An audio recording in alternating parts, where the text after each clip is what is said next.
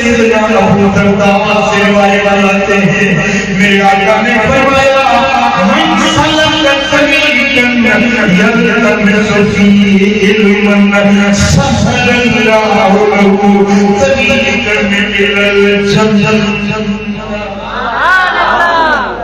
جو راستے میں چلتا ہے نا علم کی طرف، یہ طالب العلم، یہ جو مدرسے کے طالب ہے نا، یہ جب چلتے ہیں میرے آقا نے فرمایا اللہ ان کے چلنے پر ان کے لیے جنت کا راستہ آسان فرما دیتا ہے.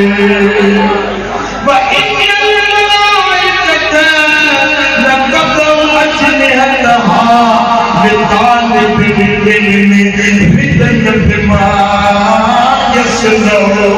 جو طالب العلم جس معاملے میں لگا ہوا ہے، جس طلب میں لگا ہوا ہے، اس کو فرشتے اتنا پسند کرتے ہیں کہ طالب العلم جب چل رہا ہے تم سمجھتے ہو کہ یہ پنڈولیار کی گلیوں میں گھوم رہا ہے.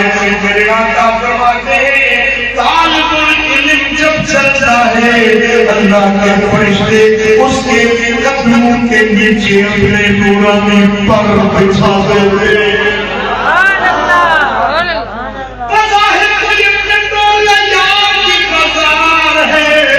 لیکن فرشتے ہیں کہ ان کی راہوں میں اپنے پر بچھاتے جا رہے ہیں.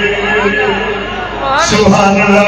اگر طالب العلم کا یہ مقام ہے تو اس کے استاد کا کیا مقام ہوگا. میرے آقا نے فرمایا وَإِنَّ الْعَالِمَ لَيَسْتَغْفِرُ لَهُ مَنْ فِي السَّمَاوَاتِ وَمَنْ فِي الْأَرْضِ حَتَّى الْحِيتَانُ فِي الْمَاءِ. یہ علماء ہیں، علماء یہ عالم، ان کے لیے دنیا کی ہر چیز، آسمانوں کی، زمینوں میں جو کچھ ہے، یہ علماء کے لیے دعائیں کر رہے ہیں.